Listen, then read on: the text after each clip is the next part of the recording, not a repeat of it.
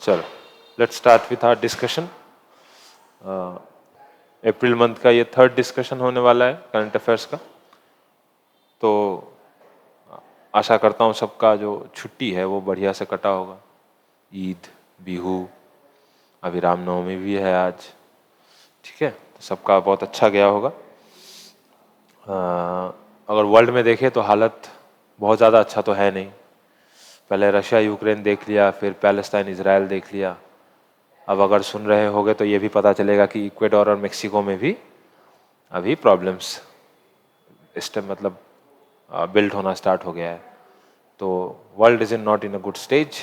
जो भी जिस भी भगवान से प्रार्थना करता है, सबसे मेरा यही रिक्वेस्ट रहेगा कि अपने अपने भगवान से यही प्रार्थना करना कि let peace be upon everyone in this world, ठीक है। अभी इक्वेडोर मेक्सिको है, कल को पता नहीं इंडिया चाइना, इंडिया पाकिस्तान तो लगा ही है कोल्ड वॉर, ठीक है। चलो सब वॉर्स को असाइड रखते हुए will start with a humanistic innovation. GS3 में जो साइंस एंड टेक्नोलॉजी में जो मेडिसिन एंड मेडिकल से रिलेटेड हम लोग चीज़ें पढ़ते हैं, साइंस एंड टेक्नोलॉजी में जनरली मेडिकल मतलब हम लोग इसमें कुछ कुछ चीज़ें पढ़ते हैं इन बायोटेक्नोलॉजी। अब बायोटेक्नोलॉजी का यूजेज हम लोग ह्यूमन में भी पढ़ेंगे और क्रॉप्स में भी पढ़ेंगे। एक होता है नैनो टेक्नोलॉजी, ठीक है ना, इन ये दोनों का बहुत ज़्यादा इंपॉर्टेंस है। और इसमें ही एक बहुत ज़्यादा ब्रॉडर कॉन्सेप्ट आता है कैंसर और डायबिटीज़ का ट्रीटमेंट। कैंसर एंड डायबिटीज से रिलेटेड क्वेश्चन हर साल घुमा फिरा के मेंस प्रीलिम्स मेंस देखने को मिलेगा ही, चाहे वो यूपीएससी हो चाहे वो एपीएससी हो। एपीएससी इस बार मैं एक्सपेक्ट कर रहा हूँ कैंसर या डायबिटीज से रिलेटेड एक क्वेश्चन तो पूछा ही जाएगा, क्योंकि it's a very dangerous problem to the population. जब भी सिविल सर्वेंट बनोगे तो तुम्हारे लिए ये जो कैंसर एंड डायबिटीज है, these are two big challenges, है ना। ये जो दो बड़े चैलेंजेस हैं, इनको कैसे ओवरकम करना है, उसको लेकर के पूरे वर्ल्ड में या इंडिया में क्या इनोवेशंस हो रहे हैं, उसी के रिलेटेड हम लोग एक चीज को बार बार पढ़ते हैं, that is called the CAR T cell therapy. What is this CAR T cell therapy? किसी को कार या टी इसके बारे में सुना है कहीं पर? कार टी सेल थेरेपी कहां पर होता है या किसी को होते हुए सुना है? किस किस बीमारी के ट्रीटमेंट के लिए CAR T cell therapy use किया जाता है? एनीवन? यस, कौन सा बीमारी के लिए इलाज किया जाता है कार टी सेल थेरेपी के द्वारा? Anyone in the online? किस बीमारी का इलाज होता है, कौन से डिजीज का इलाज होता है कार टी सेल थेरेपी के द्वारा? एनीवन? So it's cancer. ये जो कैंसर है, इसके ट्रीटमेंट में ये कार टी सेल थेरेपी एक बहुत बड़ा इनोवेशन है, ठीक है। पूरे वर्ल्ड में इसको लेकर के रिसर्च चल रहा है कि कैसे इसको और ज्यादा इफेक्टिव बनाया जा सके टुवर्ड्स कार्सिनोजेनिक ट्रीटमेंट या कैंसर के ट्रीटमेंट के लिए। तो अगर हम लोग देखें तो जो कार टी सेल थेरेपी है, इसको लेकर के इंडिया में एक कंपनी है। This company is called the immuno act. नाम जरूर नोट करोगे, ठीक है, नाम बहुत ज्यादा इंपॉर्टेंट है। This company is called the immuno act. ये इम्यूनो एक्ट जो है, ये IIT बॉम्बे के द्वारा इनक्यूबेट किया हुआ एक कंपनी है। This company is incubated by IIT Bombay, और इस कंपनी का काम है कार टी सेल थेरेपी जो है, इसके ऊपर रिसर्च करना और इसको एक effective treatment banana towards the citizen of India, ठीक है। अब इसी को लेकर के जो इम्यूनो एक्ट का एक प्रोडक्ट है बोल सकते हैं हम लोग, या इंडिया का जो indigenous CAR T cell therapy है, it is called the NexCAR 19, ठीक है। ये एक इंडिया का एक कार टी सेल थेरेपी है। This is called the NexCAR 19। Now what is this CAR? गाड़ी में बैठ के ट्रीटमेंट होगा, विथ ऑल ड्यू रिस्पेक्ट। देखें किसको पता है व्हाट इज दिस कार? और दी CAR, इसका मतलब क्या है? What do you mean by this CAR?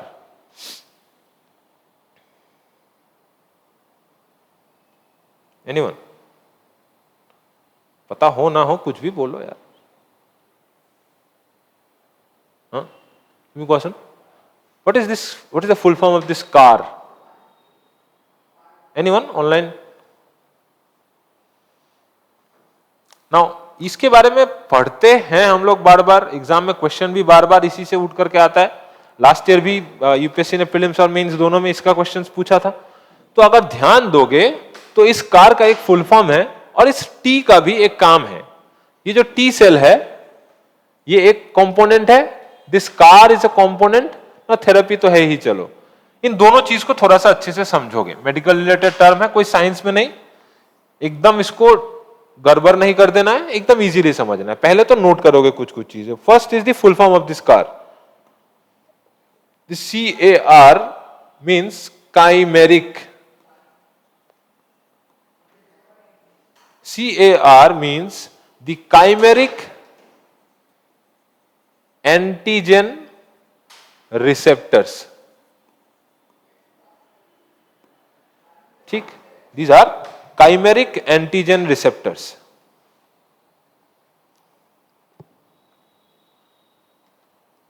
ठीक है, कार का full form chimeric antigen receptors. और ये जो टी सेल है ये व्हाइट ब्लड सेल में एक कंपोनेंट होता है. टी सेल दो टाइप के सेल होते हैं, एक होता है टी सेल, एक होता है बी सेल. बात करेंगे उसके बारे में. पहले लिख लेना it's a component of the white blood cell. इसका काम क्या है क्या नहीं है आगे पढ़ेंगे, ताकि ये समझ में आ जाए कि काइमेरिक एंटीजन रिसेप्टर्स क्या है और कार टी सेल में कार का मतलब क्या है, टी सेल का मतलब क्या है. ठीक है.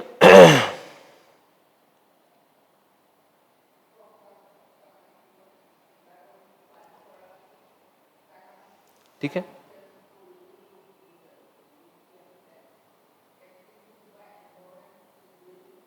चलो लिख लिया.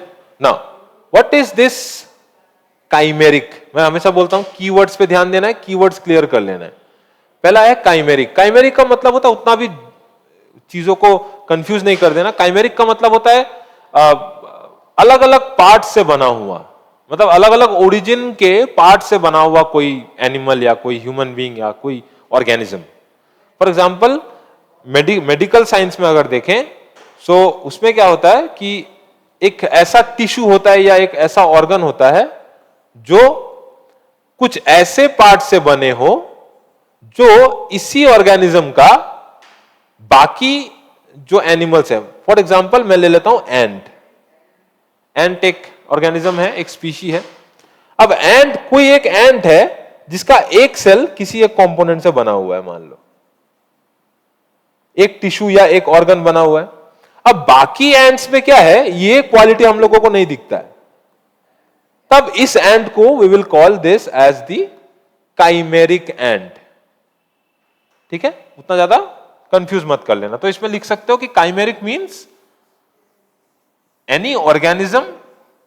नहीं तो ऐसे लिख सकते हो कि person. What is this chimeric means? It's a person, organ or a tissue made up of, ठीक है, it's a person, organ or a tissue made up of cells. कोई एक ऑर्गन किंवा একটা অঙ্গ किंवा একটা टिश्यू বা किंवा একটা মানুষ, पर्सन और एन एनिमल भी हो सकता है इसमें. made up of cells with different genes. इसका जो जेनेटिक स्ट्रक्चर है वो थोड़ा सा अलग होता है. with different genes, with different genes than the other, ऐसे लिख सकते हो, अदर पर्सन्स या अदर ऑर्गन्स.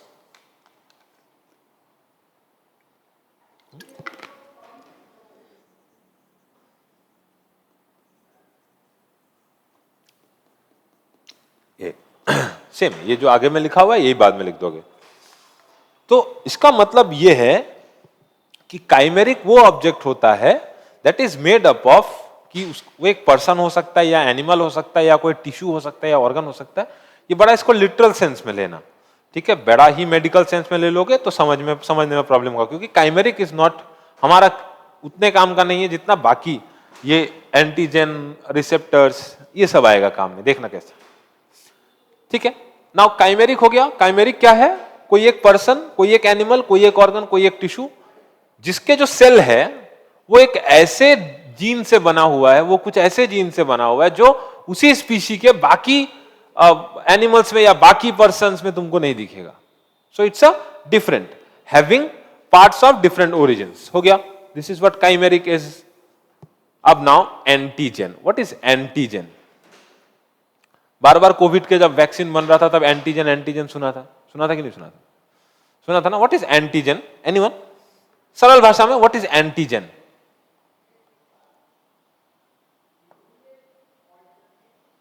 एंटीजन का काम होता है हमारा इम्यूनिटी का रेस्पॉन्स बढ़ाना, है ना। एंटीजन, इसका काम क्या होता है? Antigens are substances, antigens are substances that can hold, ये substances हैं that can hold specific antibody, किसी भी डिजीज का जो एंटीबॉडी होता है, कोविड का भी एंटीबॉडी था, किसी भी कम्युनिकेबल डिजीज का एक एंटीबॉडी होता है, चाहे वो वायरल नेचर का हो या किसी भी नेचर का डिजीज हो। सो उसमें एंटीजन किस काम का आता है कि antigens are substances that can hold specific antibodies और टी सेल रिसेप्टर्स। देखो टी सेल क्या है, इसीलिए समझना बहुत जरूरी है, बाद में समझोगे। देखो मैं आ रहा हूं धीरे धीरे। नाउ एंटीबॉडी और T cell receptors and it can trigger मतलब स्टार्ट करता है, ट्रिगर इम्यून रेस्पॉन्सेस।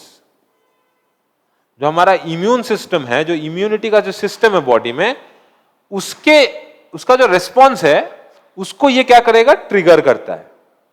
कोविड के केस में भी वही था, यहां कैंसर के केस में भी वही है कि जो कैंसर का जो टी सेल होता है, मतलब बॉडी में जो व्हाइट ब्लड सेल का जो टी सेल होता है, उसका जो रिसेप्टर होता है उसको क्या करता है? ये ट्रिगर करता है। कैसे? उसी के साथ वो जुड़ा रहता है जो एंटीजन होता है ना। ये एक एंटीबॉडी होता है that can hold specific antibody और टी सेल रिसेप्टर्स। ये क्या करेगा? क्या ट्रिगर करेगा? क्या चीज? Immune response. मान लो तुम्हारे बॉडी में कोई एक डिजीज ने अटैक किया है, ठीक है, किसी भी डिजीज ने अटैक किया तुम्हारे बॉडी में, चलो ले लेते हैं कैंसर का ही एग्जांपल। अब कैंसर का एंटीजन कैसे काम करेगा कि उसका एक एंटीबॉडी होगा, वो जो मैंने बताया काइमेरिक, मतलब कोई एक दूसरा सेल उसमें है, जो सेल है उसमें कोई एक दूसरा टाइप का जीन है। अब ये जीन अच्छा भी हो सकता है, बुरा भी हो सकता है ना। वो अच्छा अगर है तो ठीक है, अगर बुरा है, कार्सिनोजेनिक है, मतलब कैंसर पैदा कर रहा है, तो उसमें क्या करना है हम लोगों को कि हम लोगों को ये जो एंटीजन है कैसे हेल्प करेगा? ये बैठा रहेगा उसके साथ। किसके साथ? टी सेल के साथ, या जो एंटीबॉडी रहेगा उसके साथ। और ये क्या करेगा? हमारे इम्यून रिस्पॉन्स को ट्रिगर करेगा कि मान लो कोई एक बाहरी कोई चीज आया जो बॉडी के लिए सही नहीं है, तब वो टी सेल को सिग्नल देगा। पढ़ेंगे जब टी सेल, पता चलेगा कि उसको सिग्नल मिलता है कि अब अटैक करते हैं, चलो, है ना। अब एंटीजन क्या है? अभी मान लो ठीक है एंटीजन, फिर वो कैसे बैठा रहेगा टी सेल रिसेप्टर के साथ, या एंटीबॉडी वो कैसे बैठा रहता है वो बॉडी में? It can be in the form of, ऐसे लिख सकते हो, in the form of, they can be in the form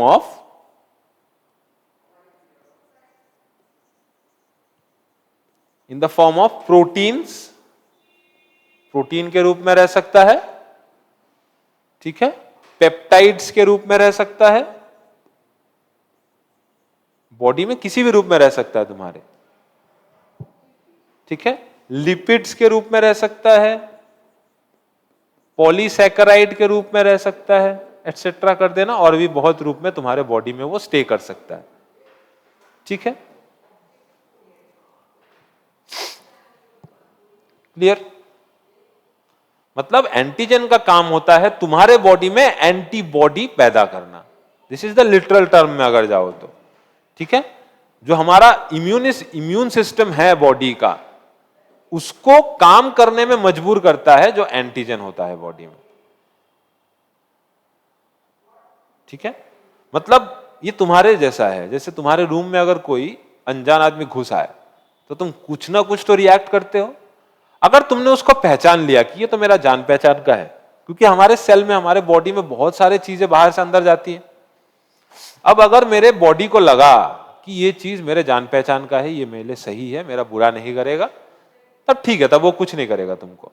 लेकिन अगर बॉडी को लगा कि ये चीज सही नहीं है, तब बॉडी में जो एंटीजन है, जो बॉडी में जो एंटीबॉडी है, वो तुम्हारे इम्यून सिस्टम को ट्रिगर करता है कि नहीं, अभी मुझे इस बीमारी को भगाना है। तो काइमेरिक, एंटीजन एंड रिसेप्टर्स, ठीक है? अब काइमेरिक एंटीजन रिसेप्टर अगर समझोगे तो ये है क्या एक्चुअल में? Now what is this car means? कितने पहिए है इसमें? কেইটা চকা আছে এটুত? নাও এবিলাক আমার বডির একটা রিসেপ্টরস থাকে, আমার বডির রিসেপ্টরস থাকে, মানে যেন রিসিভ করে, সিগন্যালস রিসিভ করে। এটা সিগন্যাল রিসিভ করার কাম তো আমার বডিত ন্যাচারালি কেইটামান আছে, আমি যেতিয়া জন্ম হওঁ আমার বডিত নিজে নিজে আহি যায়। বাট এই যে আমার কার থেরাপিটো আছে, তাতে কিন্তু সিনথেটিক্যালি বনোৱা হয়, মানে ল্যাবৰেটৰীত বনোৱা হয় বস্তুটো। এই ৰিসেপ্টৰস বিলাক আমাৰ বডিত বেলেগ ৰিসেপ্টৰস আছে বহুত, আমাৰ বডিত বহুত কিবা কিবি সিগন্যালস ৰিসিভ কৰিব পাৰে। বাট এইবিলাক যে আমাৰ কাইমেরিক এন্টিজেন রিসেপ্টরস আছে, দে আর সিনথেটিক, মানে ল্যাবৰেটৰীত বনোৱা। লাগিলে ব্ৰেকেটত লিখি লবা, নিজৰ ল্যাঙ্গুৱেজত লিখিবা, ল্যাবৰেটৰীত বনোৱা। এনেকে নহয় যে মেড ইন ল্যাবৰেটৰী লিখি আছা, ইংলিশটো কি হ'ব এইটো মনত পেলাই আছা। নো, নোটস কেতিয়াও এনেকে নবনাবা। ইংলিশ কিতাপটোত ইংলিশ বিচাৰিব লাগিব, ইংলিশ ক'ত আছে? নিজৰ ল্যাঙ্গুৱেজত, অসমীয়াত, বেংগলী, হিন্দী, যাৰ যিটো ল্যাঙ্গুৱেজ একদম ইজি হয়, কমিউনিকেট কৰাটো ইজি হয়, যিটো ভাষাত কথা পাতিব পাৰা তুমি, তোমাৰ ভোকাবুলাৰিটো ষ্ট্ৰং যিটো ভাষাত, সেম ল্যাঙ্গুৱেজত তুমি কিন্তু নোটস বিলাক ক্ৰিয়েট কৰিবা। ঠিক, সবকে মই এইটো বস্তু কৈ আছো। নাও these cars are synthetic receptors. They are synthetic receptors engineered to give T cells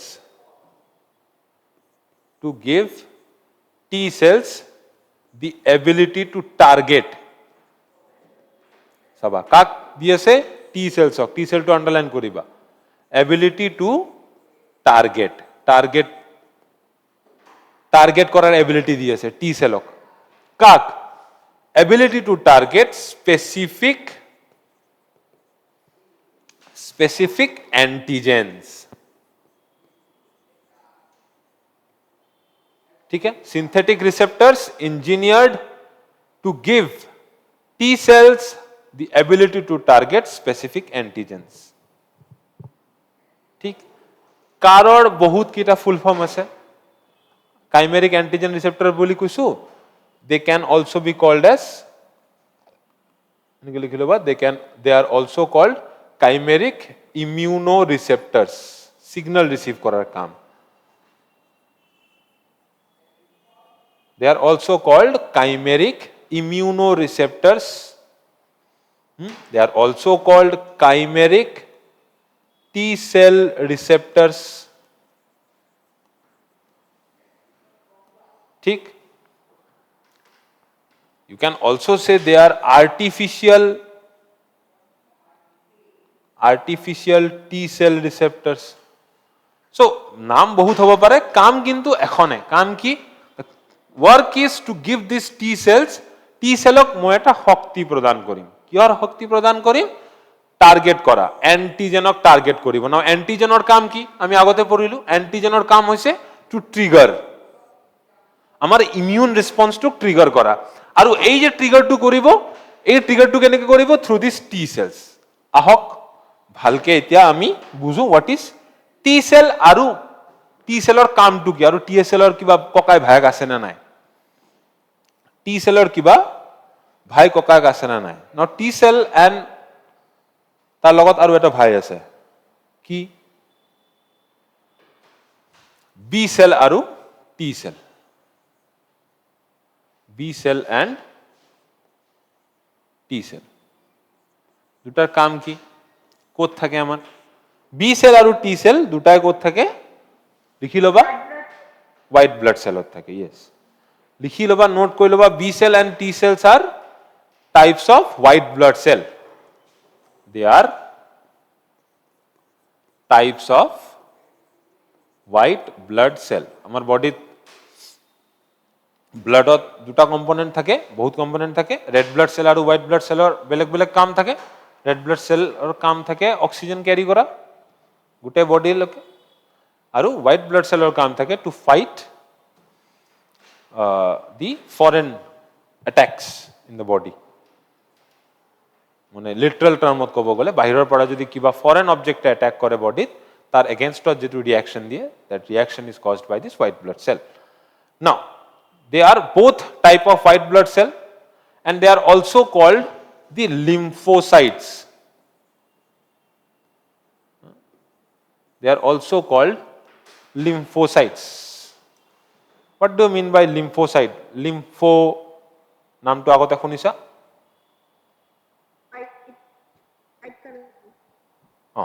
আমার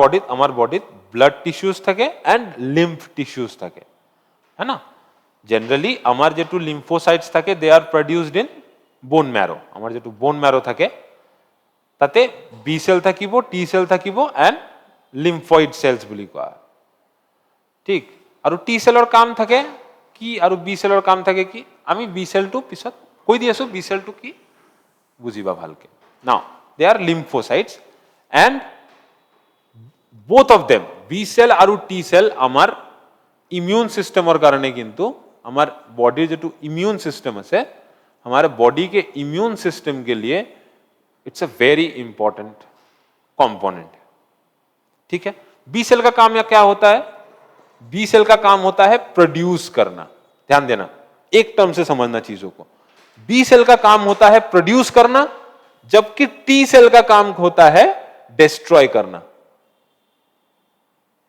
अब क्या सेम चीज बनाते हैं उसी को डिस्ट्रॉय कर देते हैं नहीं बी सेल का काम होता है प्रोड्यूस करना क्या एंटीबॉडीज एंटीबॉडीज ठीक है एंटीबॉडीज किसको अटैक करेगा एंटीबॉडीज दैट अटैक्स एंटीजन हाँ एक तो एंटीजन को वो ट्रिगर करेगा अटैक किसको करेगा अटैक्स बैक्टीरियाज वायरसेस है ना वो जो एंटीजन बनाएगा ultimately it will produce antigens और ये जो एंटीजन है ये किसको अटैक करेगा it will attack bacterias viruses etcetera body में कोई भी टॉक्सिक ऑब्जेक्ट है तो उसी को अटैक करेगा ही वो ठीक है अब ये जो प्रोड्यूस करता है उसी को डिस्ट्रॉय कर देता है क्या टी सेल ऐसा नहीं है इसीलिए मैं बार बार बोल रहा हूं दो टर्म से इस चीज को समझ लेना प्रोड्यूस करना एंटीजन प्रोड्यूस करना या एंटीबॉडीज को प्रोड्यूस करना जो क्या करेगा that will attack the virus bacterias etcetera toxins बड़े टर्म में ब्रॉडर टर्म में इसको टॉक्सिन्स लिख सकते हो ठीक है नाउ टी सेल का काम क्या होता है डिस्ट्रॉय करना किसको सेल्स जो मान लो पहले के जमाने में महाभारत वगैरह में तीर जब मारते थे जब धनुष चलाते थे तो ऐसा होता था ना कि 4 लोग खड़े हैं उसमें से 2 तुम्हारे दोस्त हैं और 2 तुम्हारे दुश्मन हैं अब जब तीर चलाते थे तो देखना ऐसे तीर मारते थे कि 2 तुम्हारे जो दुश्मन है उन दोनों को ही लगा और बीच के जो तुम्हारे 2 दोस्त हैं उनको कुछ नहीं हुआ है ना तो टी सेल का काम भी कुछ कुछ उसी प्रकार का होता है उसका काम होता है तो destroy cells that have been taken over that have been taken over, मतलब जिस पर अटैक कर चुका है, taken over by viruses and have become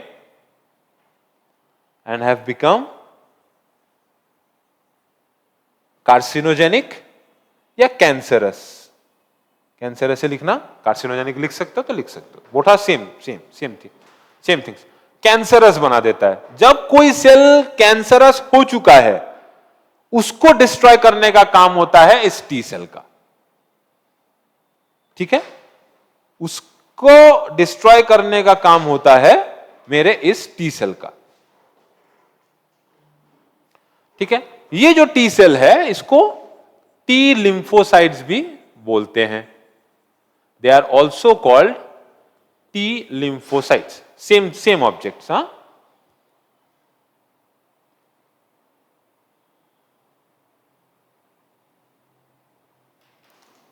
ठीक है, अल्टीमेटली बॉडी का डिफेंस करना ही इनका काम होता है।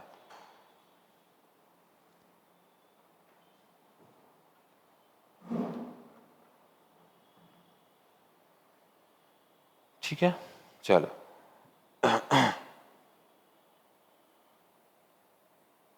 अब कुछ चीजों को थोड़ा सा समझना। ये जो हम लोगों ने कार टी सेल थेरेपी देखा, अब इस कार टी सेल थेरेपी में क्या होता है एक्चुअल में? अब ये जो हम लोगों ने देखा कि इसमें एक टी सेल होता है, टी सेल का काम क्या होता है? इसको डिस्ट्रॉय करना। किसको डिस्ट्रॉय करना? उन सेल्स को जो कैंसरस बन चुके हैं, जिसको वायरस ने अटैक कर लिया है ऑलरेडी। ठीक है, टी सेल का काम क्या होता है कि डिस्ट्रॉय करना उन सेल्स को जिसको वायरस ने ऑलरेडी कैंसरस बना दिया है। ये एक टर्म समझ गए यहां पर। अब यहां पर देखो, जब मैं काइमेरिक बोल रहा था तो काइमेरिक में मैंने क्या बोला था कि काइमेरिक मतलब क्या होता है? सेल में कोई एक बाहरी ऐसा चीज जो बाकी उसी स्पीशी के बाकी सेल्स में तुमको नहीं दिखेगा, कोई एक बाहरी ऐसा जीन, तो अल्टीमेटली वही उसी को अटैक करेगा। कौन? ये टी सेल। तो यही जो कार टी सेल थेरेपी है, उसी में इंडिया ने एक नया, जो इंडिया का indigenous CAR T cell therapy है, नेक्स्ट कार 19, इंडिया ने इसको डेवलप किया है। और आईआईटी बॉम्बे ने ये जो इम्यूनो एक्ट है, इस इम्यूनो एक्ट के थ्रू इसको और भी ज्यादा लोगों के लिए एक्सेसिबल बनाने का तैयारी में है।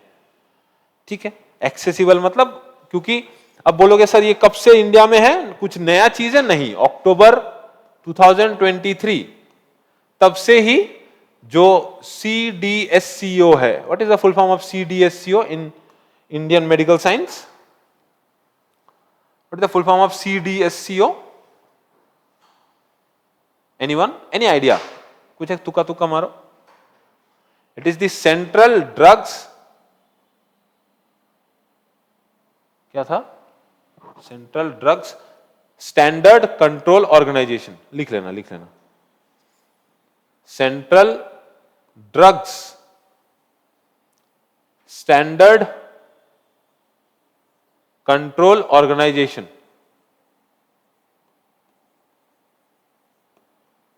ठीक है, इसने क्या किया था? नेक्सकार 19 को अप्रूव किया था। कब? अक्टूबर 2023। ठीक है, यूएस में बहुत सालों पहले से FDA, food and drugs authority, उसका जो था फूड एंड ड्रग्स एडमिनिस्ट्रेशन, जो FDA है यूएस का, उसने बहुत सालों पहले ही, बहुत 2-3 साल पहले ही एक ऐसा थेरेपी पहले से वहां पर यूएस में चलता आ रहा है। और अक्टूबर 23 में 64 पेशेंट्स पे इसमें हम लोगों ने क्लिनिकल ट्रायल्स किया, तो ये सही निकला। और अभी भी, क्योंकि इट्स अ वेरी एक्सपेंसिव क्यों है? अगर हम लोग देखें ये एक्सपेंसिव क्यों है, तो थोड़ा सा एक आइडिया हो जाएगा। देखो क्या है ना, अगर डेफिनेशन लिखना आए कि कार टी सेल थेरेपी क्या है, तो एक छोटा सा डेफिनेशन लिख सकते हो। मैं हमेशा बोलता हूं कि definitions are important, written definitions are important. तुम्हारे दिमाग में एक डेफिनेशन क्लियर होना चाहिए, याद होना चाहिए, ठीक है। It's a therapy. अब ये कैसा थेरेपी है? It's a very complex therapy, है ना। हाईली कॉम्प्लेक्स थेरेपी लिखोगे तो भी सही रहेगा answer. It's a very highly complex therapy, it's a very highly complex immune therapy, highly complex immune therapy that directs the human body या human immune system या directs the body's own immune system.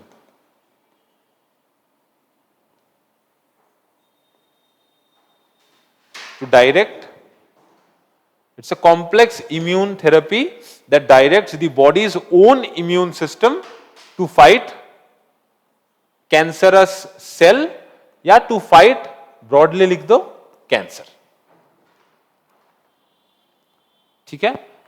Now, CAR-T cells are often called the living drug because जब हम लोग दवाई खाते हैं तो generally वो दवाई नॉन लिविंग ही होता है ना, खाते हैं वो तो हिलता जुलता नहीं अपने में, उसका तो खुद का कोई काम नहीं होता है। But this thing is that's why called a living drug because इनका काम क्या होता है? To search and destroy. किसके थ्रू? वो जो काम था टी सेल का काम, सर्च करना और डिस्ट्रॉय करना। किसको? ऐसे बोल सकते हो कि अफेक्टेड सेल्स, जो अफेक्टेड सेल रहेगा बॉडी में उसको टारगेट करना होता है इसका काम।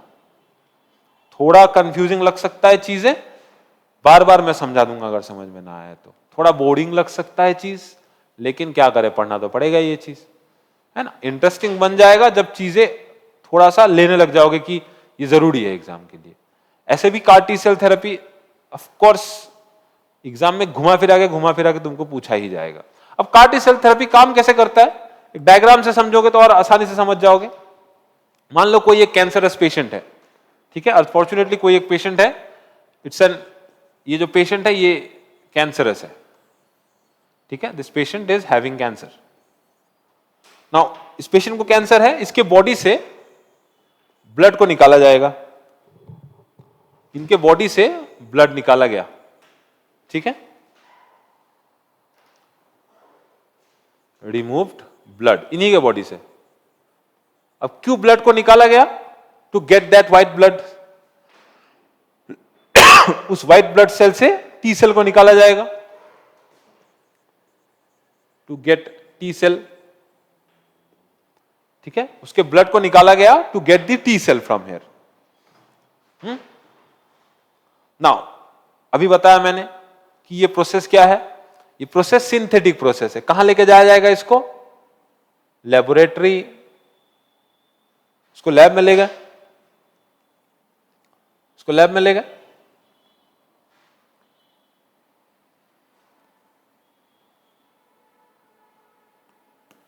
चलो इसको लैब में ले गए। अब लैब में ले जाने के बाद इसका जो टी सेल है, हाँ, उसमें हम लोग इंजीनियर करेंगे जीन्स। क्या जीन्स को इंसर्ट करेंगे इसमें? ऐसे लिख सकते हो कि इंजीनियरिंग या इंसर्टिंग, ऐसे। इसमें लैब में क्या काम होगा? Inserting genes for CAR, chimeric antigen receptors के लिए हम लोग उसमें जेनेटिक थेरेपी करते हैं, ठीक है। मान लो ये एक टी सेल है, एक यहां पे एक सेल बना देना ऐसा, ठीक है, inserting genes for,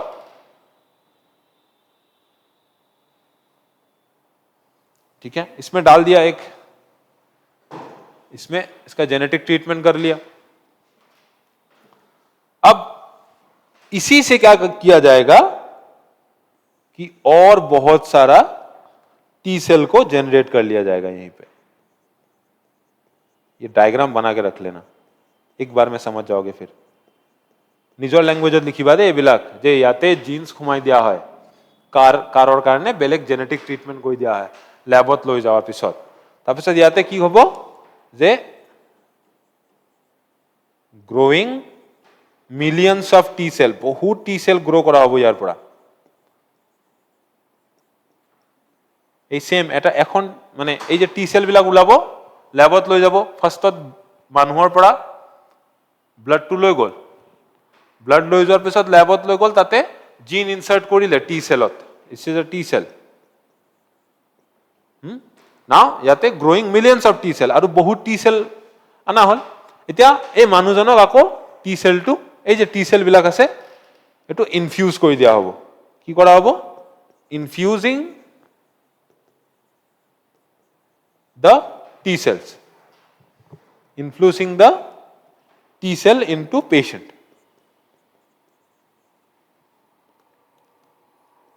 into patients, ঠিক? আৰু এই বডিত গৈ কামটো কি হ'ব? এই যে আমাৰ suppose this is a cancerous sell,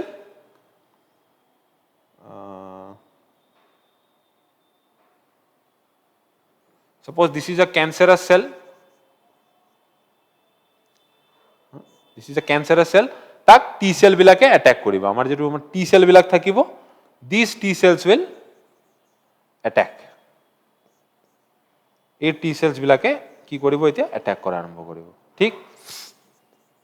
মনত ৰাখিবা, now these T cells will attack the cancerous cells. This is my cancerous cell.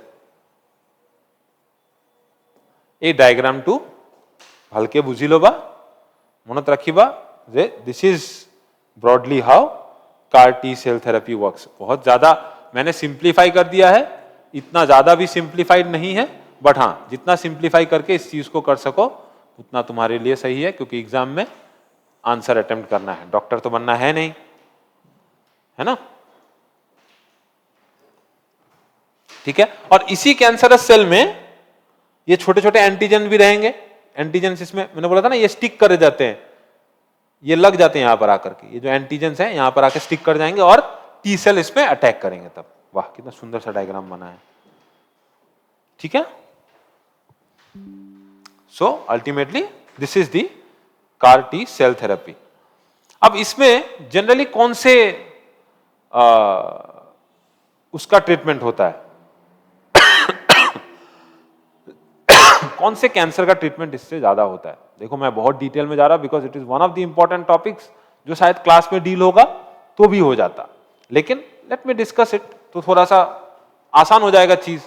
क्योंकि एक और अच्छे से चीज को समझना कि ये किस पे टारगेट करता है, कौन सा कैंसर पे टारगेट करता है। ये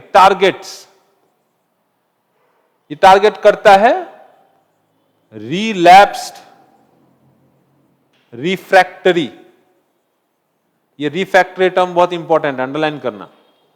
it targets the relapsed refractory B cell lymphoma, B cell lymphoma जो लिम्फ का कैंसर होता है, एंड ल्यूकेमिया,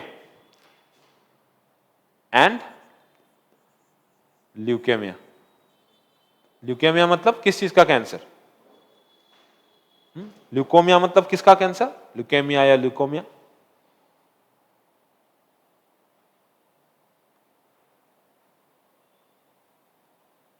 ल्यूकोमिया मतलब किस चीज का कैंसर? बेसिक थोड़ा सा तो पता होगा। ल्यूकोमिया मतलब डॉक्टर, और सॉरी इंजीनियर डॉक्टर इंजीनियर में कंफ्यूज हो गया, ठीक है। ब्लड सेल का जो कैंसर होता है that is called the leukaemia, ठीक है, ध्यान रखना। लिम्फोमा मतलब होता है जो लिम्फेटिक सिस्टम, जो बॉडी में लिम्फ नोड्स होते हैं। बी सेल लिम्फोमा मतलब जो बॉडी में लिम्फ नोड्स होते हैं। कहां कहां पर होते हैं lymph nodes?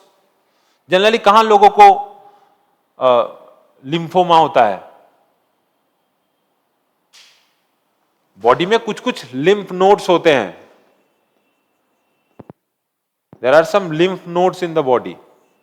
For example, neck, armpit, groin,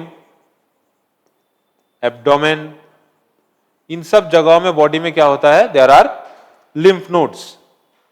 ठीक है. अच्छा, चेस्ट तो भूल ही गया मैं, चेस्ट में होता है. देखो जनरली इन्हीं सब जगहों में देखोगे लोगों का जो कैंसरस लिम्फोमा का जो कैंसर होता है, जो लिम्फ नोड्स का कैंसर होता है, वो इन्हीं सब जगहों में बिल्ड होता है. और ल्यूकोमिया मतलब जो ब्लड सेल का कैंसर होता है. और यहां पर ये जो रिफ्रैक्टरी टर्म यूज किया गया है, ये क्या है कि इसमें जब रेडिएशन दिया जाता है तो उसका कोई इफेक्ट ही नहीं पड़ता है. जो रेडिएशन दिया जाता है इन सब लिम्फोमा में या इन सब केसेस ऑफ ल्यूकोमिया में क्या होता है कि रेडिएशन देने के बाद भी या किसी भी तरीके का ट्रीटमेंट यूज करने के बाद भी वो बहुत ज्यादा इफेक्टिव नहीं होता है और अल्टीमेटली लोगों का डेथ ही हो जाता है इसमें. ठीक है. अल्टीमेटली क्या होता है कि लोगों का इसमें डेथ ही हो जाता है. तो इससे बचने के लिए क्या है कि 9 आउट ऑफ 10 पीपल जब इनके ऊपर कार टी सेल थेरेपी जब यूज किया गया तब देखा गया कि इट इज वेरी इफेक्टिव.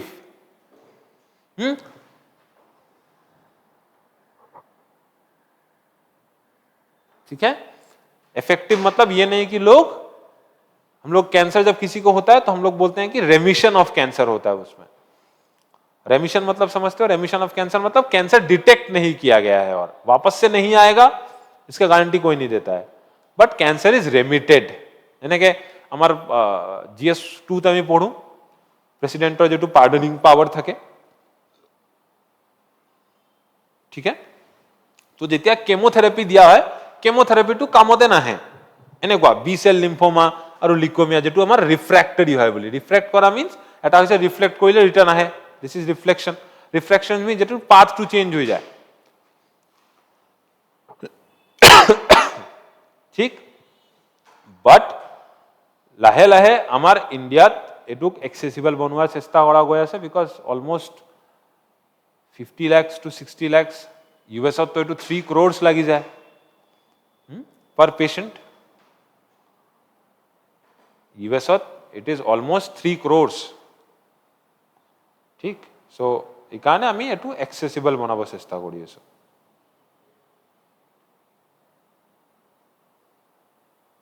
ঠিক. আচ্ছা, কেতিয়াবা এক্সামত এটুও সুধিব পাৰে যে এই হোয়াইট ব্লাড সেলৰ পৰা যে টি সেলটো এক্সট্ৰাক্ট কৰা হয়, এই যে প্ৰসেসটো মই ইয়াতে যে গলো, দিস প্ৰসেস, এই এক্সট্ৰাকশনৰ প্ৰসেসটো, there is a process of extraction, ব্লাডৰ পৰা যেটো আমাৰ এক্সট্ৰাক্ট কৰি লোৱা হয়, there is a name for that process. এই প্ৰসেসটোৰ এটা নেম আছে. What is that name called? It is called the leukophoresis. This process is called the leukophoresis.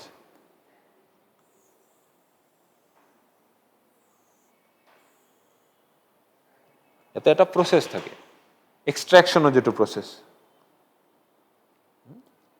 লিখি লবা প্রসেস অফ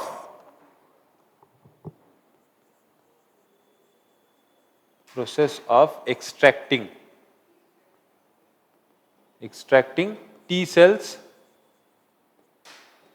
from blood या from white blood cell. Process of extracting T cells ने यानी के broader perspective होते लिखा जे process of extracting white blood cell from blood sample. It is called the leukophoresis. It is called the leukophoresis.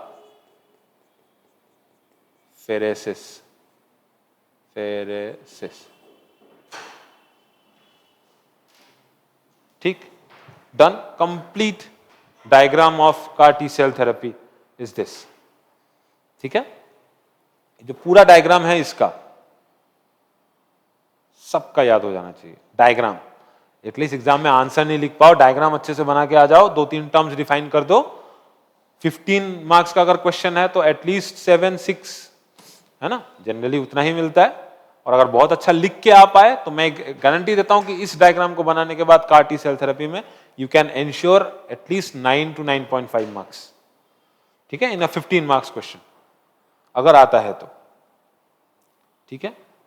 तो ये है India का next CAR-9।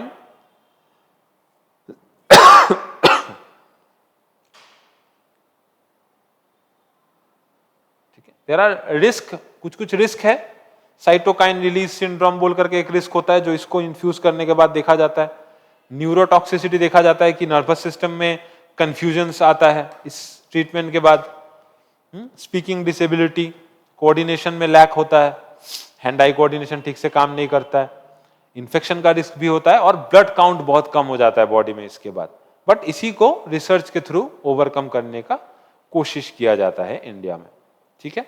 Next class में हम लोग इसी के बारे में अगर जब पढ़ेंगे या स्टैटिक क्लासेस में भी जब पढ़ोगे तो जो कैंसर ट्रीटमेंट से रिलेटेड चीजें हैं ना, मैंने ये जानबूझ के नहीं किया बट जो colour that came out is pink, thank you. Cancer treatment जो है इसको लेकर के कुछ चीजों को पढ़ना है। For example infrastructure in cancer treatment infrastructure in India, इसको बहुत अच्छे से पढ़ना है, ठीक है। हेल्थ केयर फैसिलिटीज इंडिया में कितना ज्यादा है, accessibility to health care facilities, इन सब चीजों को हम लोग नेक्स्ट जब क्लासेस में हम लोग आएंगे तब इन्हीं सब चीजों को हम लोग डील करेंगे, ठीक है। चलो, ये था पूरा का पूरा CAR T सेल थेरेपी का डिस्कशन। और भी बहुत ज्यादा डिस्कशन हो सकता है, ठीक है। अभी GS3 में ही एक टर्म है that is called the hydrogel, is called the hydrogel. नाम सुने हो क्या है? This is called the hydrogel. नाम सुने हो क्या है? एनीवन?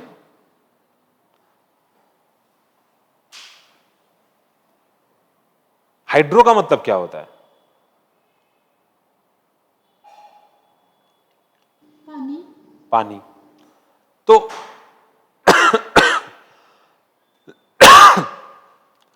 हाइड्रो का मतलब होता है पानी। Now Indian Institute of Science कहां पर है?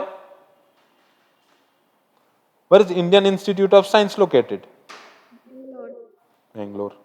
वहां के साइंटिस्ट, वेरी नाइस, वहां के साइंटिस्ट जो है उन लोगों ने एक चीज डेवलप किया that is called hydrogel. Now hydrogel का काम क्या होता है? टू रिमूव, देखना very important thing, the function of hydrogel is to remove microplastics from water. Water से माइक्रोप्लास्टिक्स को रिमूव करना। अब बोलोगे सर माइक्रोप्लास्टिक्स क्या है? माइक्रोप्लास्टिक्स फ्रॉम वाटर, ठीक है। What are microplastics? ये पीवीसी पाइप से थोड़ा थोड़ा प्लास्टिक निकल जाता है। हाँ, माइक्रोप्लास्टिक। कितना छोटा होगा तो उसको माइक्रो बोलेंगे। Now what are microplastics? Definition, हाँ, 5 मिलीमीटर डायमीटर से छोटा, मतलब माइक्रोप्लास्टिक्स आर प्लास्टिक्स, ये प्लास्टिक्स ही होते हैं, दे आर प्लास्टिक पार्टिकल्स। सबके पेट में जाता है कभी ना कभी। Plastic particles that are less than 5 millimetre in diameter. Diameter is very important. अगर ये एक ऑब्जेक्ट है तो इसका ये डायमीटर, हाँ, the longest line that can be drawn from one end to another end of a circle is called diameter. हम लोगों ने पीएम पढ़ा था, पार्टिकुलेट मैटर, पीएम 2.5, पीएम 10, उसमें भी डायमीटर था 2.5 का डायमीटर और 10 का डायमीटर। यहां पर 5 मिलीमीटर का डायमीटर होता है, ठीक है। नाउ माइक्रोप्लास्टिक्स आता कहां से है? हमारे आसपास जनरली माइक्रोप्लास्टिक्स कहां से मिलेगा हम लोगों को? कहीं ना कहीं से तो मिल रहा होगा।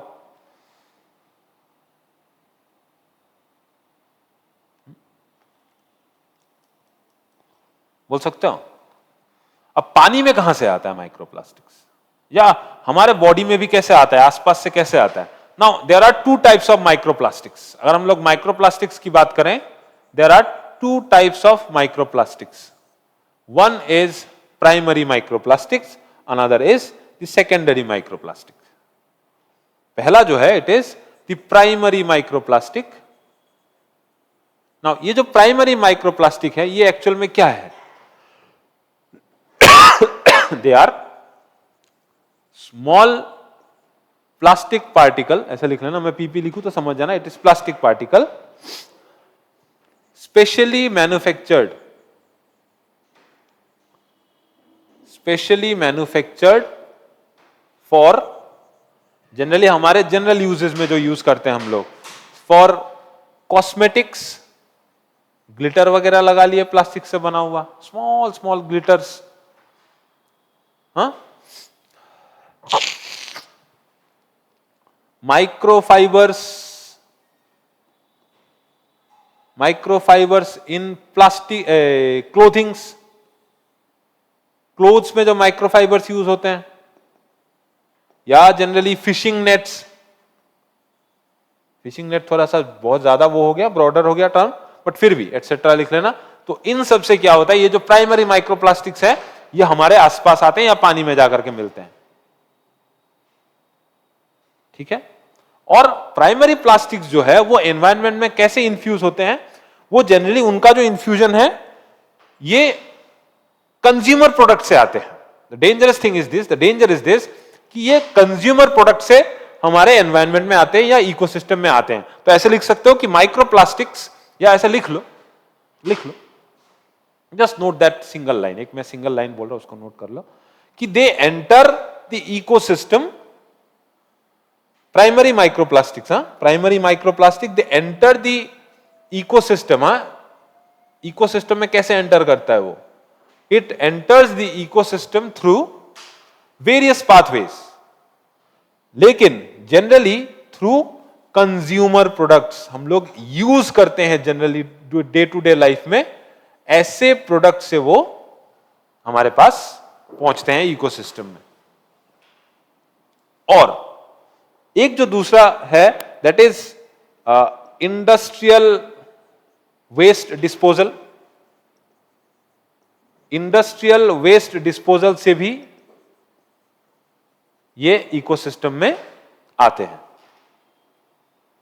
इंडस्ट्रियल वेस्ट डिस्पोजल भी बहुत ज्यादा ब्रॉडर टर्म हो जाएगा, जनरली जब ट्रांसपोर्ट होता है एक जगह से दूसरे जगह में, या मान लो ये जो क्लोथिंग वाला है, तो जब लॉन्ड्रिंग होता है, धोया जाता है, तब क्या होता है, उस प्रोसेस से भी बहुत ज्यादा ये इकोसिस्टम में इन्फ्यूज हो जाता है, ये primary microplastics. Now there are some secondary microplastics also, there are some secondary microplastics also, there are some secondary microplastics also. अब प्राइमरी वाला जो है वो कंज्यूमर प्रोडक्ट से आ रहा है, या एक्सीडेंटली वो आ रहा है। प्राइमरी मतलब उसको कोई ला नहीं रहा है, ध्यान देना इस चीज को, प्राइमरी को कोई जानबूझ के नहीं ला रहा है। प्राइमरी माइक्रोप्लास्टिक्स को वो बनाया तो किसी और काम के लिए गया था, लेकिन वो आ जाता है। नाउ सेकेंडरी माइक्रोप्लास्टिक्स, इसका ओरिजिन क्या है? They are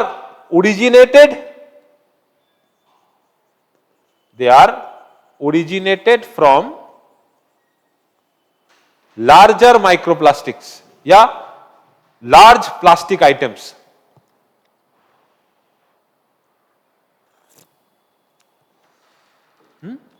They originate from large plastic item। अब लार्ज मतलब बहुत बड़ा का बात नहीं हो रहा है यहां पर। एग्जाम्पल लिख लो, for example plastic bottles, for example plastic bottles, देखो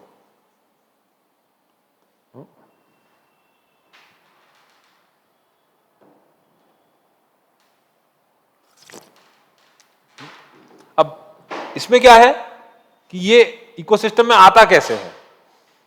अब एक तो इसके डिग्रेडेशन से आता है कि घिसाव उसाव हो गया कहीं पर, वहां से आ गया।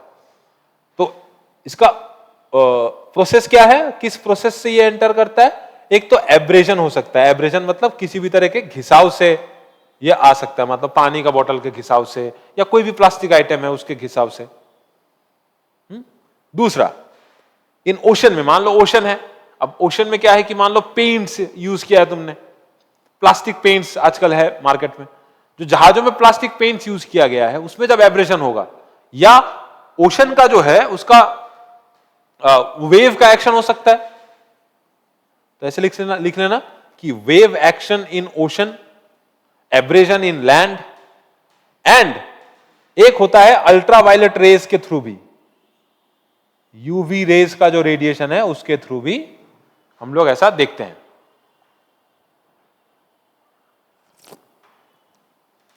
यूवी रेज का जो इफेक्ट होता है उससे भी आता है।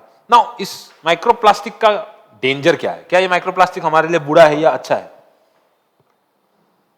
अच्छा है शायद।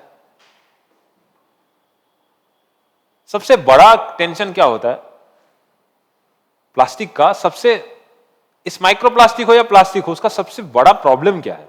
Let's listen to you guys, what do you think? तुमको क्या लगता है सबसे बड़ा प्लास्टिक को लेकर के सबसे बड़ा प्रॉब्लम क्या है? What is the main problem regarding plastics? মাটিৰ লগত মিহলি হৈ নাযায়, বাকী বস্তু যেনেকে পচি যায় তেনেকে থাকে। चलो, नाउ इस वर्ल्ड में सभी चीज का एक एक्सपायरी होता है ना, there is a fix expiry of everything, इंसान का भी है। द प्रॉब्लम इज कि ये जो प्लास्टिक है इसका एक्सपायरी बहुत ज्यादा लंबा है, कुछ कुछ का तो पता ही नहीं कि कब तक है ना? तो ऐसे लिख सकते हो कि ये एनवायरनमेंट में बहुत सालों तक परसिस्ट कर जाते हैं। ऐसे लिख सकते हो कि प्रॉब्लम्स विथ माइक्रोप्लास्टिक्स या प्रॉब्लम्स विथ प्लास्टिक्स, माइक्रोप्लास्टिक्स और प्लास्टिक से कुछ कुछ ही अलग है, बाकी सब सेम है। दे आर, इसका जो एनवायरमेंटल परसिस्टेंस है या environmental persistence due to durability, अब इस ड्यूरेबिलिटी की वजह से ही इसका यूज होना स्टार्ट हुआ था, लेकिन अल्टीमेटली वही चीज हम लोगों को अभी हार्म कर रहा है। इसका लिख सकते हैं कि ड्यूरेबिलिटी और एनवायरमेंट रेजिलियंट,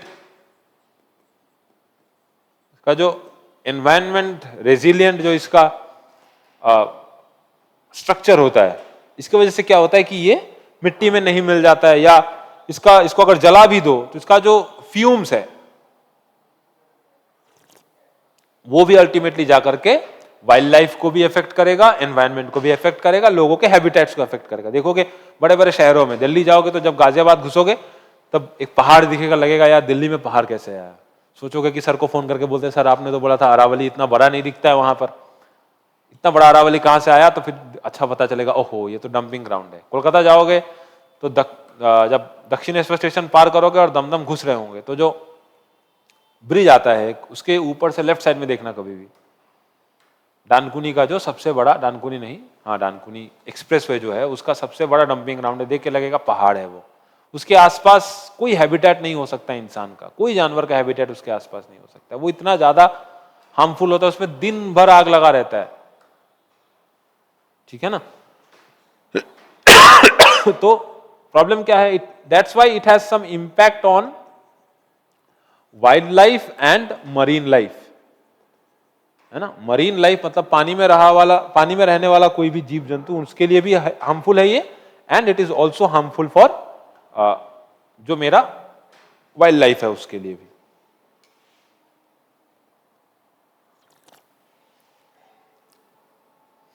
मतलब प्रॉब्लम क्या है कि खा जाते हैं ना, इनके अंदर चला जाता है वो, ऐसा बोल सकते हैं हम लोग कि the problem, actual problem is ingestion by animals या ऑर्गेनिजम्स। इंजेशन हो जाता है ना, अंदर चला जाता है किसी भी तरीके से, ठीक है? और अल्टीमेटली इसका काम क्या है? ये एनवायरनमेंट को डिग्रेड करता है, तो that's why they are problems, ठीक है? That's why they are problems. अब इसी प्रॉब्लम को मिटिगेट करने के लिए हाइड्रोजेल का फॉर्म किया गया ना। What is hydrogel? बात कर रहा था मैं हाइड्रोजेल का। ये जो हाइड्रोजेल है इसको बनाया गया है आईआईएससी बैंगलोर। क्या काम करता है ये? What is the actual definition of hydrogel? Hydrogel is a 3D या 3 डायमेंशनल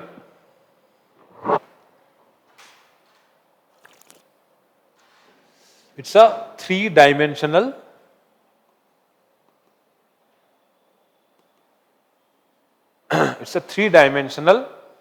हाइड्रोफिलिक, मतलब जिसको पानी से कोई फर्क नहीं पड़ता है, three dimensional hydrophilic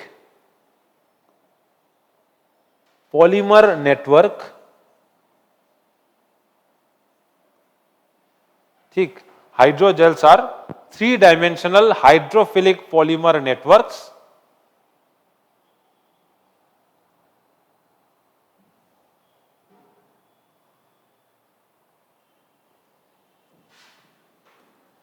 that can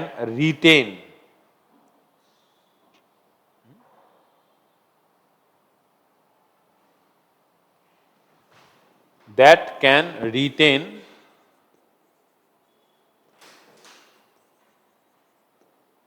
large amount of water, पानी को रिटेन कर सकता है, large amount of water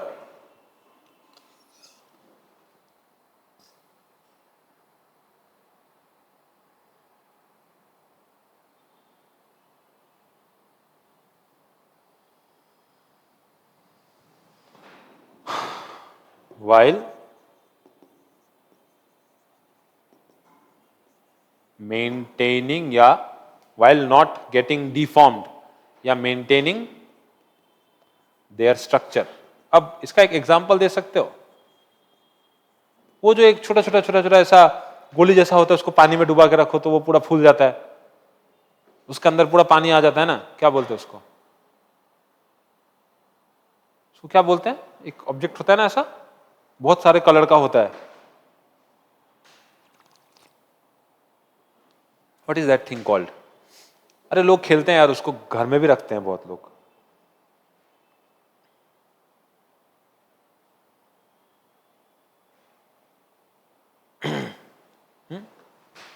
अब ऐसा क्यों होता है कि अपना स्ट्रक्चर मेंटेन रखते हैं? इसके आगे में एग्जांपल में जोड़ लो, फिर अलग लाइन देने का जरूरत नहीं है कि दे आर थ्री डायमेंशनल, मतलब ऐसा नहीं है कि कोई एक प्लेन स्ट्रक्चर है, एक ऐसा सर्कल टाइप का ही स्ट्रक्चर होता है जनरली। सर्कल नहीं होता, स्फीयर होता है, थ्री डायमेंशनल है तो स्फीयर बनेगा, बॉल जैसा। दे आर हाइड्रोफिलिक, मतलब पानी से उसको कोई फर्क नहीं पड़ता है। They are water friendly polymer networks that can retain large amount of water while maintaining their structure due to cross-linking polymers. Due to cross-linking polymers.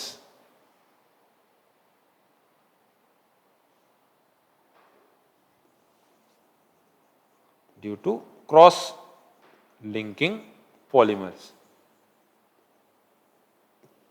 ठीक है, एक एक टर्म को अच्छे से समझोगे।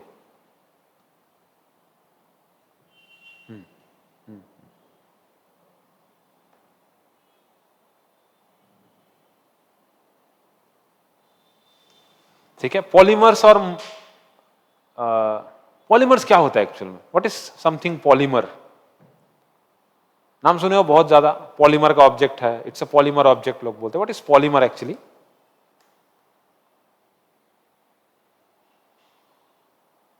एनीवन?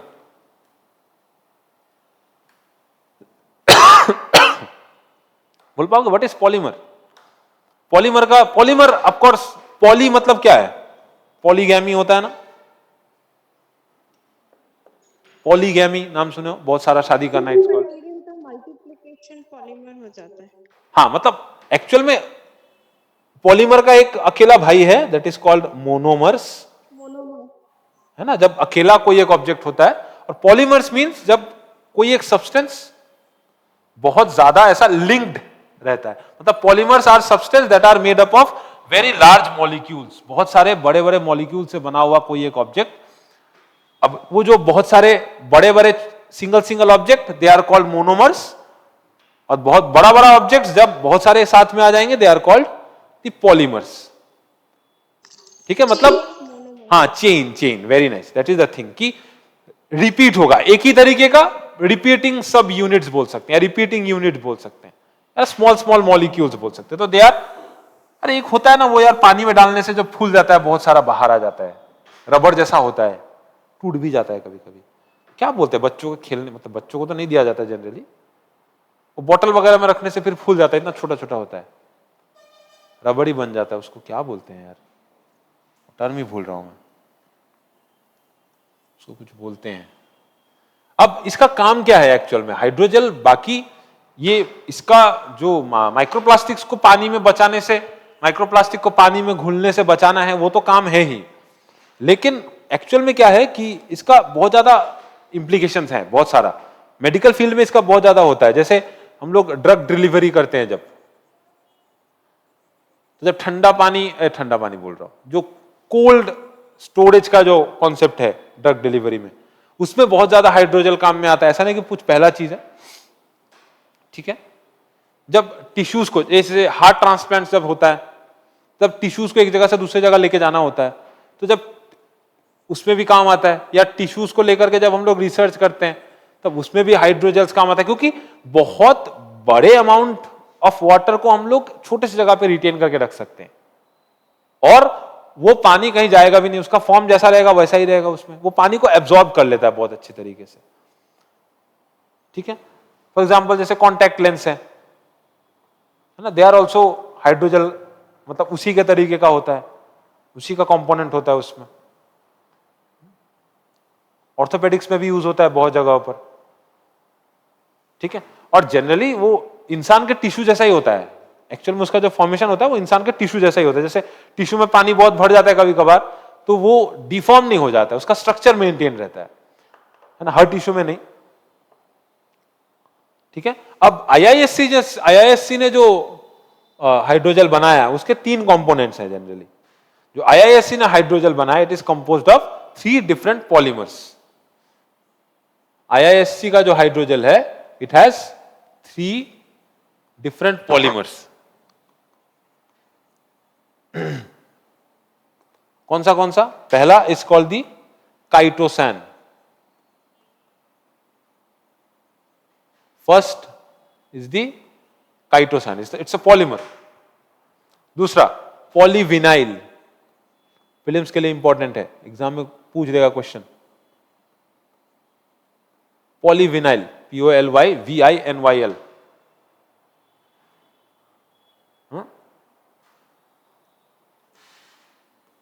पॉलीविनाइल अल्कोहल लिख लो इसको, सिर्फ पॉलीविनाइल लिखोगे तो बाद में मिस्टेक हो सकता है। काइटोसैन, पॉलीविनाइल अल्कोहल और पॉली एनिलाइन, पॉलीएनिलाइन।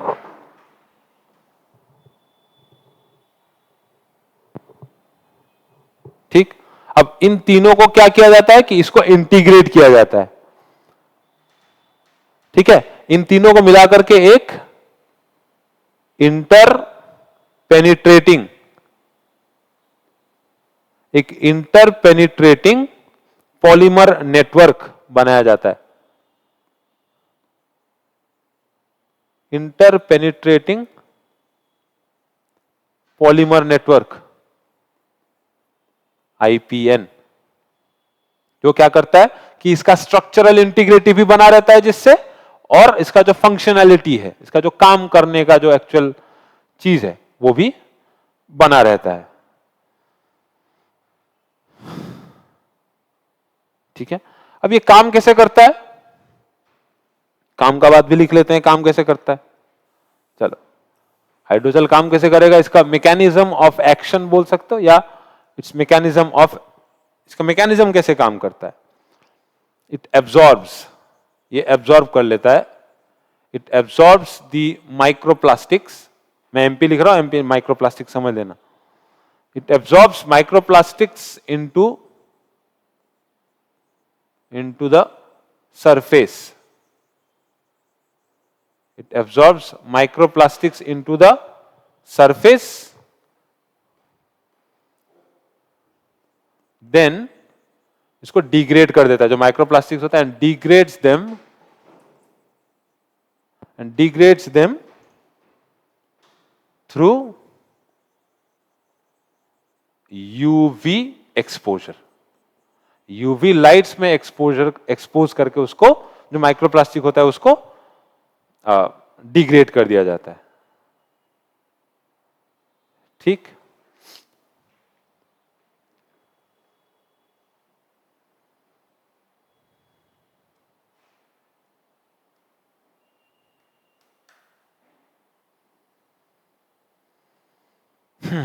तो they are actually microplastics. Microplastic का प्रॉब्लम्स क्या क्या है और माइक्रोप्लास्टिक से बचने के लिए एग्जाम में क्वेश्चन आ सकता है कि माइक्रोप्लास्टिक का जो ये इतना बड़ा प्रॉब्लम है, इससे बचने के लिए क्या क्या किया जा सकता है।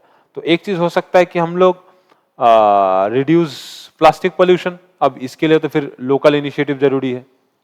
छोटे से स्टार्ट करते हैं, रिड्यूस प्लास्टिक पोल्यूशन। प्लास्टिक का जो पोल्यूशन है उसको रिड्यूस कैसे कर सकते हैं हम लोग, है ना, वो हम लोग लोकली कर सकते हैं। लोकल इनिशिएटिव लोकल लेवल्स पे लेना होगा। अगर दूसरा हम लोग बोले वे फॉरवर्ड क्या हो सकता है, तो गवर्नमेंट के जगह पे देखें तो रेगुलेशंस इंपोज कर सकते हैं हम लोग, है ना। जैसे सिंगल यूज प्लास्टिक अभी इंडिया के बहुत जगहों में बैन है, जनरली इंडिया में बैन ही है। वो जो कैरी बैग्स हम लोग यूज करते हैं वो बैन वाला ही जनरली यूज करते हैं। ठीक है, एक इंटरनेशनल कोलैबोरेशन कर सकते हैं हम लोग, ताकि इंटरनेशनल रिवर्स में या इंटरनेशनल वाटर्स में या इंटरनेशनली इन सब का डील जो है करना वो बंद हो जाए। चाइना तो बंद करेगा नहीं, उसका आधा इकोनॉमी आयरन पे, स्टील पे और आधा प्लास्टिक पे ही टिका हुआ है। ठीक है, और ऑल्टरनेटिव को प्रमोट करना, जैसे हम लोग जूट को प्रमोट कर सकते हैं। और जैसे फॉर एग्जांपल इसमें एक कंपोनेंट है, it is called the CuPOM। CuPOM एक कंपोनेंट है, कुछ कॉपर पेनिट्रेटिव ऑब्जेक्ट है। जैसे हम लोग कॉपर के ऑब्जेक्ट्स यूज करते हैं ना, बहुत जगह में देखोगे कि कॉपर के प्लास्टिक बॉटल्स के जगह पे हम लोग एक ऑल्टरनेटिव यूज कर सकते हैं, कॉपर के बॉटल्स। आजकल मिल्टन भी बनाता है, शायद नहीं, कोई एक कंपनी में देख रहा था, सेलो शायद, वो क्या करता है कि कॉपर के बॉटल्स बनाता है। नाउ इसमें कुछ एडिटिव्स यूज किए जाएंगे इसके पॉलीमर्स के साथ, they are called copper substitute polyoxometalate. लिख के रख देना, कभी काम आ सकता है। Cu मतलब कॉपर, कॉपर सब्स्टिट्यूट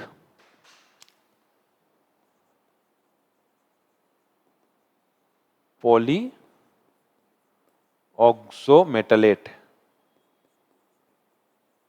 ठीक है, इतना डिटेल में नहीं जाना, कंफ्यूज हो जाओगे। पॉलीऑक्सोमेटलेट ये एक नैनो क्लस्टर है जो इसके पॉलीमर के मैट्रिक्स में डाल दिया जाता है। इतना ज्यादा डिटेल में मत जाओ।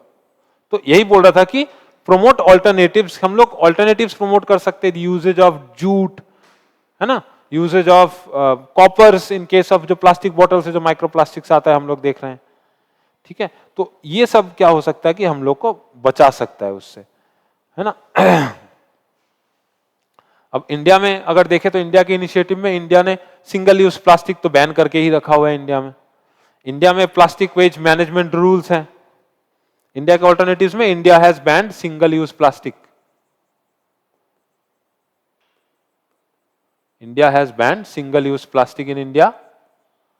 दूसरा, जो इंडिया में प्लास्टिक वेस्ट मैनेजमेंट रूल्स है कि आप किसी भी अपने मर्जी से प्लास्टिक वेस्ट को मैनेज नहीं कर सकते।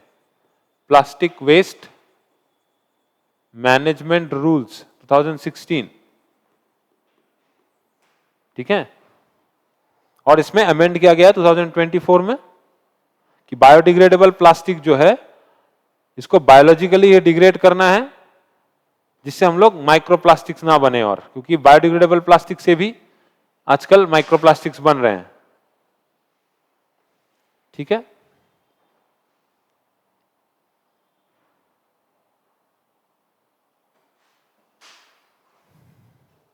बोल पाओगे सबसे पहला कंट्री कौन सा था जिसने थिन प्लास्टिक बैग्स पे बैन लगाया था? जो पतला प्लास्टिक बैग्स होता है जिसको हम लोग जनरली यूज करते हैं, उस पे किसने बैन लगाया था पहली बार? कौन सा country? Any idea? It's Bangladesh. But वहां पर भी देखोगे अभी भी यूज होता है वहां पर। ठीक है, और बहुत बुरे तरीके से यूज होता है, गर्म चीजों में भी यूज होता है। ठीक है।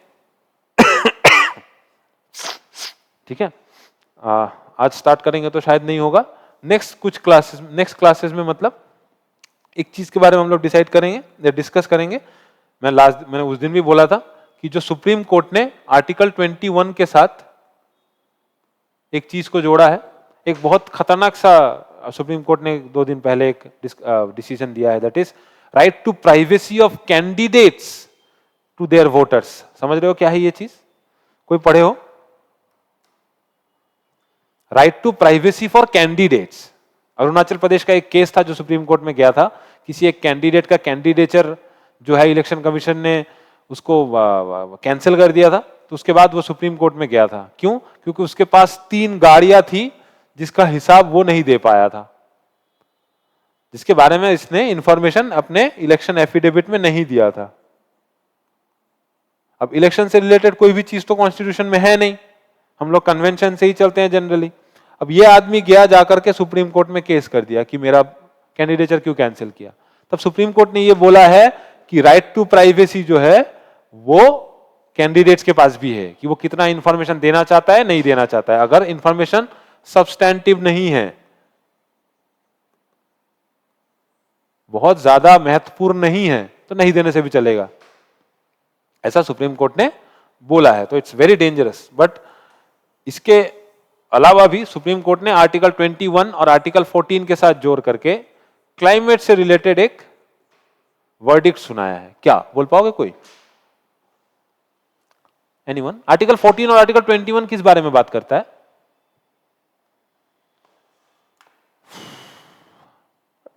आर्टिकल 14 क्या है एक्चुअल में? इक्वालिटी। हाँ, और article 21? Right to life and personal liberty. Right to life and personal liberty. ठीक है। नाउ आर्टिकल 14 में जो इक्वालिटी बिफोर लॉ है और आर्टिकल 21 का जो राइट टू लाइफ है, दोनों को जोड़ करके सुप्रीम कोर्ट ने एक राइट दिया है, बोला है कि this right must be a fundamental right. क्या राइट है वो? It is the right